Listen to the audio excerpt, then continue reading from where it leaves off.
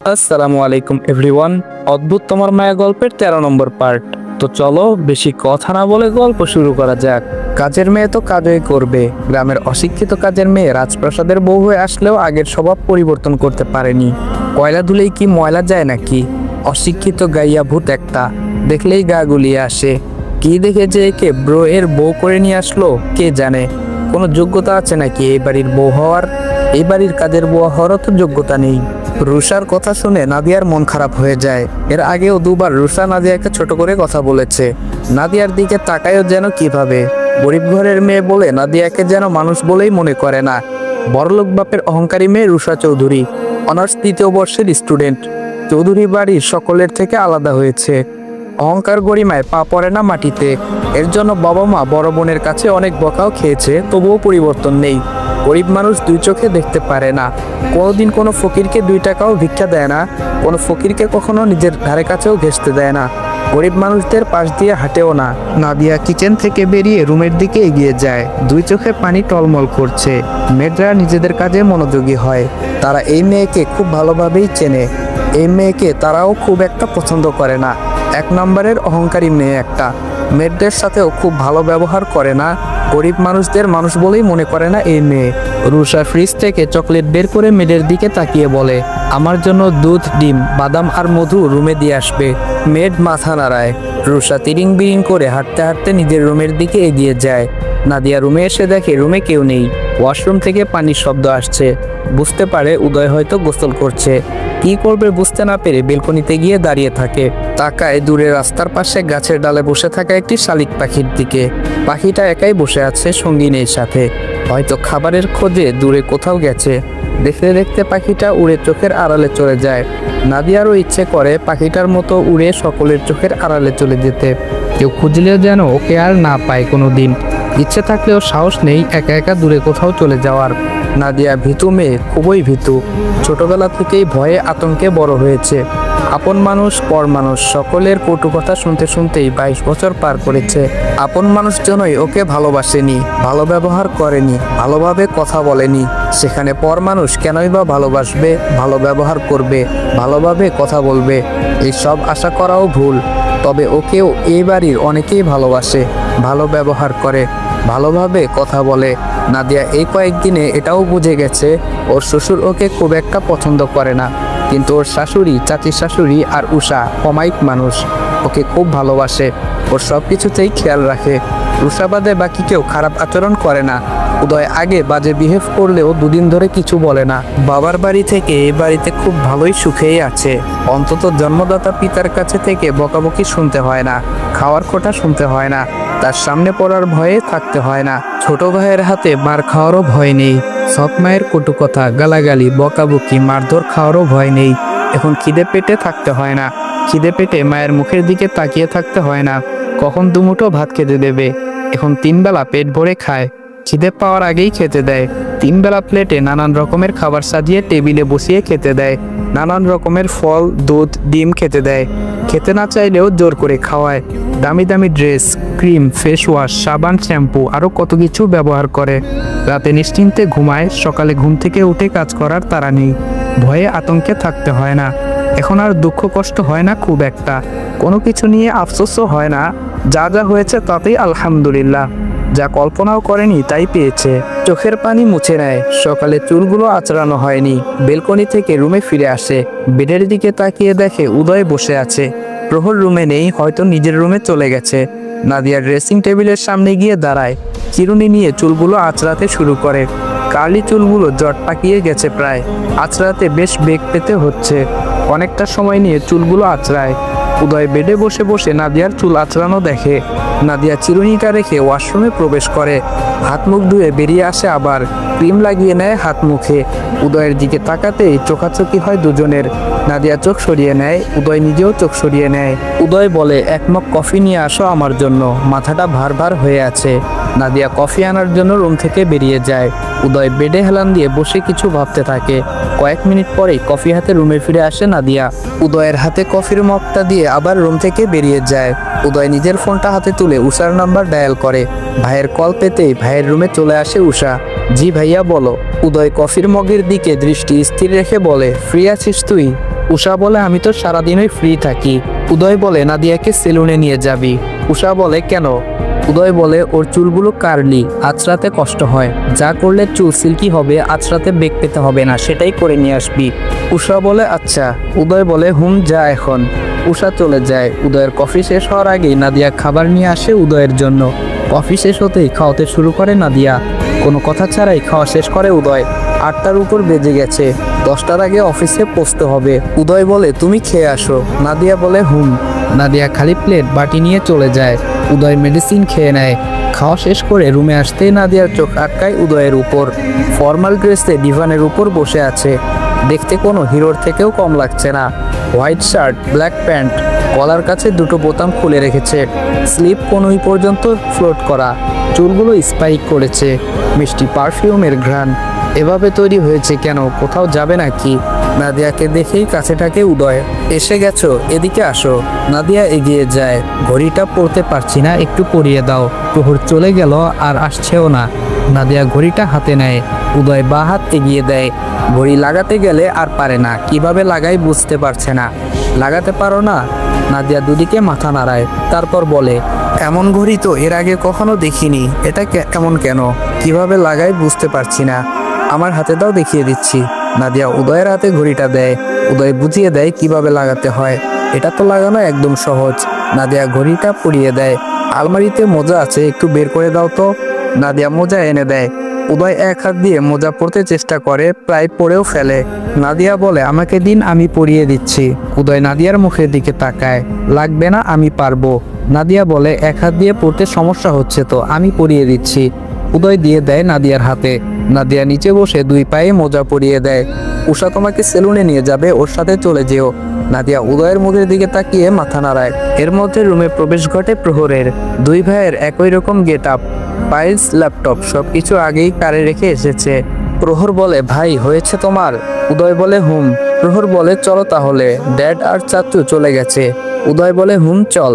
উদয়কে এক পাশ থেকে ধরে প্রহর। দুই ভাই এগিয়ে যায় ডোরের দিকে। উদয় ডোরের কাছে গিয়ে পেছন ফিরে তাকায় নাদিয়ার দিকে, তারপর আবার সামনের দিকে তাকিয়ে এগিয়ে যায়। 2টার পরই অফিস থেকে ফিরে আসে উদয়। মিটিং শেষ করেই বাড়ির উদ্দেশ্যে রওনা দিয়েছিল। প্রহর ওকে রুমে এনে ফ্রেশ হতে সাহায্য করে, তারপর আবার অফিসে চলে গেছে। উদয় পা ঝুলিয়ে বেডে বসে থাকে। নাদিয়া এখনো বাড়ি ফেরেনি, কখন ফিরবে কে জানে। কয়েক মিনিট বসে থাকার পর আর বসে থাকতে ইচ্ছে করে না, তাই চিত হয়ে শুয়ে পড়ে। কতক্ষণ সিলিং এর দিকে তাকিয়ে থাকার পর চোখ বন্ধ করে নেয়। কয়েক মিনিট অতিবাহিত হওয়ার পর চোখ খুলে তাকায়। ঘুম আসছে না, শুয়ে থাকতেও ইচ্ছে করছে না, কেমন যেন লাগছে, ভালো লাগছে না। শোয়া থেকে উঠে বসে আবার। পাশ থেকে ফোনটা হাতে নিয়ে টাইম দেখে নেয়। প্রায় 3টা বেজে গেছে। নাদিয়া ফিরছে না কেন এখনো? কখন বেরিয়েছে বাড়ি থেকে? উদয় নিজের উপর নিজেই বিরক্ত হয় আবারও। নাদিয়া যখনই ফিরুক তাতে ওর কি? না ফিরলে না ফিরবে, তাতেও ওর কিছু যায় আসে না। বেডের পাশে রাখা হুইল চেয়ারটার দিকে তাকায়। 2-3বার হয়তো ইউজ করা হয়েছিল, তারপর আর ইউজ করেনি, করতে ইচ্ছে করেনি। প্রতিবন্ধীদের মতো হুইল চেয়ারে চলাফেরা করতে ইচ্ছে করেনি। যখনই হুইল চেয়ারটা দেখতো তখনই নিজেকে অক্ষম, ব্যর্থ মনে হতো। নিজের উপর রাগ হতো, নিজেকে অকেজো মনে হতো। বারবার মনে হতো এমন জীবনের প্রয়োজন নেই। স্টিকটা ধরে হুইল চেয়ারটার কাছে গিয়ে বসে। বাম হাত দিয়ে চেয়ারটা ঠিক করে তারপর বহু কষ্টে চেয়ারে বসে। চেয়ারে বসেই ফোঁস করে শ্বাস ছাড়ে। তারপর চেয়ার এদিক সেদিক নেয়। অনায়াসে কোনো রকম সাহায্য ছাড়া এদিক সেদিক যেতে পারছে। চেয়ারটা নিয়ে বেলকনির দিকে যায়। বেলকনিতে এসেই লম্বা করে শ্বাস নেয়। কতগুলো মাস হয়ে গেছে এখানে আসা হয় না, হিসেব নেই। লাস্ট কবে বেলকনিতে এসেছিল সেটাও খেয়াল নেই। বেলকনি থেকে চারদিকে নজর বুলায়। চেয়ারটার দিকে তাকায়। এতদিন যদি চেয়ারটা ইউজ করতো তাহলে বাড়ির কাউকেই এত বেশি কষ্ট করতে হতো না, আর সব সময় বেডে পড়ে থাকতে হতো না। লম্বা করে শ্বাস ছাড়ে, ডুব দেয় অতীতে। আগের দিনগুলো কত সুন্দর ছিল, কত হাসি খুশিতে না কেটেছে সেই দিনগুলো। ব্যালকনিতে 30 মিনিটের বেশি সময় পার করে দেয় উদয়। কারের হর্ন শুনে নিচের দিকে তাকায়। উষা নাদিয়া কার থেকে বের হচ্ছে। নাদিয়ার মুখ দেখা যাচ্ছে না, ওড়না দিয়ে মাথা মুখ শরীর ঢেকে রেখেছে। ব্যাপারটা ভালো লাগলো উদয়ের কাছে। কিছু সময়ের মধ্যে রুমে চলে আসে নাদিয়া। উদয়কে দেখতে পায় না, হয়তো অফিস থেকে এখনো ফেরেনি। হাতে থাকা প্যাকেট ড্রেসিং টেবিলের ড্রয়ারে রেখে দেয়। নিজেকে আয়নায় দেখতে থাকে। বাড়ি থেকে বের হলো এক নাদিয়া, আর বাড়িতে ফিরলো অন্য এক নাদিয়া। এই দুই নাদিয়ার মধ্যে আকাশ পাতাল ফারাক। কার্লি চুলগুলো একদম সোজা সিল্কি হয়ে গেছে। ধবধবে ফর্সা হয়ে গেছে, নিজেকে নিজেই চিনতে পারছে না নাদিয়া। ড্রয়িং রুমে উপস্থিত সবাই অনেক প্রশংসা করছে নাদিয়ার। নাদিয়া ঘুরে ফিরে নিজেকে দেখে, আসলেই কি এটা নাদিয়া, নাকি অন্য কারো বডিতে নাদিয়ার আত্মা ট্রান্সফার করে দিয়েছে? কার্লি উস্কো খুস্কো ড্যামেজ ফ্রিজি চুলগুলো একদম সোজা, সিল্কি স্বাস্থ্যোজ্জ্বল হয়ে গেছে। হাতে মুখে পায়ে চুলে কি লাগিয়েছিল যে ওকে পরিবর্তন করে দিয়েছে? টাকার যে বরাবরই জোর বেশি, সেটার প্রমাণ নাদিয়া আজ আবার পেল। এই সব কিছু করতে গিয়ে কত হাজার টাকা খরচ হয়েছে নাদিয়ার ধারণার বাহিরে। ড্রেসিং টেবিলের সামনে থেকে সরে ওয়াশরুমে প্রবেশ করে। ফিরে এসে দেখে উদয় হুইল চেয়ারে বসে আছে বেডের সামনেই। নাদিয়াকে দেখতেই উদয়ের নজর আটকে যায়, এক দৃষ্টিতে তাকিয়ে থাকে। এটা কি সে নাদিয়া, নাকি ওর বউকে কেউ পরিবর্তন করে দিয়েছে? উদয়কে এভাবে তাকিয়ে থাকতে দেখে অস্বস্তিতে পড়ে নাদিয়া। এই লোক যখন তাকায় তখন এভাবে এক দৃষ্টিতে তাকিয়ে থাকে কেন? নাদিয়া উল্টো ঘুরে সরে যায়। উদয় বলে, এদিকে আসো। উদয়ের কথা শুনে পেছন ফিরে তাকায়। এখানে আসতে বলেছি, বেডে উঠবো, ধরো আমাকে। নাদিয়া এগিয়ে আসে উদয়ের কাছে। নাদিয়া ডান পাশ থেকে উদয়কে ধরে। উদয় বাম হাত বেডে ভর করে হুইল চেয়ার থেকে উঠে দাঁড়ায়। বেডে বসতে যাবে, তখনই উদয় কিভাবে যেন পা ফসকে নাদিয়াকে নিয়ে বেডে পড়ে ঠাস করে। বেচারি নাদিয়া এত বড় উদয়ের নিচে পড়ে চাপটা হয়ে যাওয়ার জোগাড়। ব্যথা পেয়ে মুখ দিয়ে বেরিয়ে আসে আহ শব্দ। উদয় নিজেও ব্যথা পেয়েছে, কারণ দুজনের মাথা ঠুকে গেছে। উদয়ের ডান হাত নাদিয়ার পিঠের নিচে। উদয়ের পায়ের সাথে লাথি লেগে হুইল চেয়ারটা পিছিয়ে গেছে অনেকটা। পড়ে গেছে, এখন উঠতে হবে সেটা যেন ভুলেই গেছে দুজনেই। নাদিয়া পড়ে গিয়ে ভয় পেয়ে চোখ বন্ধ করে রেখেছে। উদয় বাম হাতে ভর করে মাথাটা একটু উঁচু করে নাদিয়ার মুখের দিকে তাকায়। চোখ বন্ধ, মুখশ্রীতে নজর আটকায় আবার। উদয়ের সারা শব্দ না পেয়ে চোখ তুলে তাকায় নাদিয়া। মুখের সামনে উদয়কে ঝুঁকে থাকতে আর এত কাছে এভাবে দেখে মুখ দিয়ে আপনা আপনি চিৎকার বেরিয়ে আসে। নাদিয়ার হঠাৎ চিৎকারে হক চকিয়ে ওঠে উদয়। ফলস্বরূপ বাম হাত ফসকে যায় আর উদয় আবার পড়ে যায় নাদিয়ার উপর। মিলিত হয় একে অপরের ওষ্ঠদ্বয়। অপ্রত্যাশিত ঘটনায় দুজনেরই চোখ দুটো বড় বড় হয়ে গেছে। দুজনেরই শ্বাস আটকে রয়েছে, যেন কেউ মনের ভুলেও শ্বাস ফেলছে না। কিছু সময় পরে নাদিয়ার হুঁশ ফেরে। উদয়কে নিজের উপর থেকে সরানোর চেষ্টা করে। নাদিয়ার নড়াচড়ায় উদয়ের হুঁশ ফিরে আসে। নিজের মুখ সরিয়ে নেয় নাদিয়ার মুখের উপর থেকে, তবে নিজে সরে না। নাদিয়া আস্তে আস্তে বলে, আমার উপর থেকে উঠুন। উদয় নাদিয়ার কথা শুনে সরার চেষ্টা করে, তবে পারে না। তখনও ওর ডান হাত নাদিয়ার পিঠের নিচে রয়েছে। পিঠ উঁচু করো, আমার হাত তোমার পিঠের নিচে রয়েছে। নাদিয়া পিঠ উঁচু করার চেষ্টা করলে পারে না। উদয়ের পুরো শরীরের ভর নাদিয়ার উপর। দুজনেরই বুদ্ধি যেন লোপ পেয়েছে। কিভাবে উঠবে দুজনের একজনও বুঝতে পারছে না। উদয় নিজের বাম হাতে ভর করে ডান হাতের সর্বশক্তি প্রয়োগ করে টান দেয় বের করার জন্য। নাদিয়ার চুলগুলো খোলা ছিল, উদয়ের ডান হাতের সাথে আটকে গিয়েছে। হাত টান দেওয়ার কারণে চুলেও টান লাগে। চুলে ব্যথা পেয়ে নাদিয়া আবার মৃদু চিৎকার করে ওঠে। উদয় হাত আর টান দেয় না, এভাবেই রেখে দেয়। বাম হাতটাও ব্যথা হয়ে গেছে ভর করে থাকতে থাকতে। ঘাড় ব্যথা হয়ে গেছে মাথা উঁচু করে রেখে। শরীরের ভর আবার ছেড়ে দেয় নাদিয়ার উপর। নাদিয়ার ঘাড়ে মাথা রেখে বলে, পারবো না উঠতে, ঘাড় হাত সব ব্যথা হয়ে গেছে, ঠিকভাবে ধরতেও পারো না, বারবার ফেলে দাও। নাদিয়া মিনমিন করে বলে, আমি কোথায় ফেললাম, আপনি তো নিজেই আমাকে নিয়ে পড়ে গেলেন। উদয় বলে, তুমি ঠিকভাবে ধরতে পারোনি বলেই পড়ে গিয়েছি। দুজনেই চুপ হয়ে যায়। স্পষ্টভাবে শুনতে পাচ্ছে একে অপরের হার্টবিট। নাদিয়ার শরীর থেকে ভেসে আসছে মেল স্মেল। উদয়ের কেমন মাতাল করা অনুভূতি হচ্ছে। নাদিয়াও তার ব্যতিক্রম নয়, ওরও একই রকম অনুভূতি হচ্ছে। উঠুন না উপর থেকে। উদয় আনমনে বলে, চুপ। নাদিয়া বলে, দম বন্ধ হয়ে আসছে আমার। উদয় চোখ খুলে তাকায়। নাদিয়ার ফর্সা গলা চোখের সামনে ভেসে ওঠে। নিষিদ্ধ অনুভূতিরা মাথাচাড়া দিয়ে উঠছে ধীরে ধীরে। হুঁশ ফিরতে ছিটকে দূরে সরে যায় উদয়। ডান হাতের সাথে নাদিয়ার কয়েকটা চুল ও ছিঁড়ে চলে গেছে। কিভাবে নাদিয়ার উপর থেকে সরে গেছে উদয় নিজেও জানে না। দূরে গিয়ে জোরে জোরে শ্বাস নিতে শুরু করে। কি হতে যাচ্ছিল আর একটু হলেই। নাদিয়া চুলের ব্যথায় চোখ মুখ কুঁচকে রেখেছে তখনও। শোয়া থেকে উঠে বসে। এলোমেলো চুলগুলো হাত দিয়ে ঝাঁকি দিতেই সোজা হয়ে যায়। চুলগুলো হাতে খোপা করে নেয়। জীবনেও আর এই চুল খোলা রাখবে না। একদিনেই শখ মিটে গেছে। উদয় নিজের হাতের দিকে তাকায়। কয়েকটা চুল আটকে আছে আঙ্গুলের ফাঁকে ফাঁকে। চুলগুলো ছাড়িয়ে নেয় হাত থেকে। তারপর ছেঁড়া চুলগুলো নাদিয়ার দিকে বাড়িয়ে দিয়ে বলে, ধরো তোমার চুল। নাদিয়া হাত বাড়িয়ে চুলগুলো নেয়। এগুলো দিয়ে এখন কি করবে? এগুলো কি মাথায় লাগানো যাবে নাকি? ছিঁড়েই তো ফেলেছে। নাদিয়া বেড থেকে নেমে দাঁড়ায়। ছেঁড়া চুলগুলো বেলকনি থেকে ফেলে দিয়ে আসে। দুপুরে খেয়েছেন? উদয় দুদিকে মাথা নাড়ায়। খাবার নিয়ে আসবো? তুমিও বোধহয় খাওনি।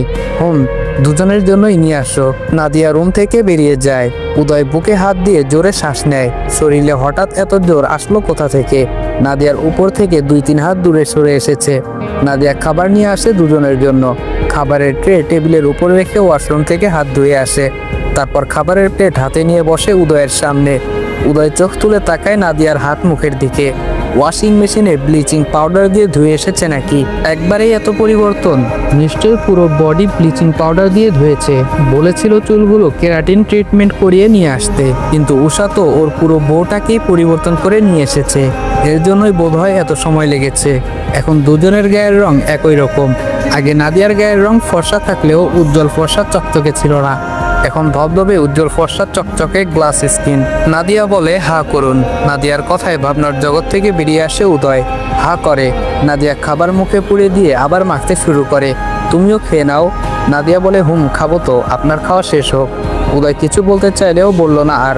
খেতে খেতে বরাবরের মতো নাদিয়ার দিকে তাকিয়ে থাকে। খেতে খেতেই নাদিয়াকে প্রশ্ন করে, তুমি কোন ক্লাস অবধি পড়েছো? নাদিয়া মুখ তুলে তাকায়।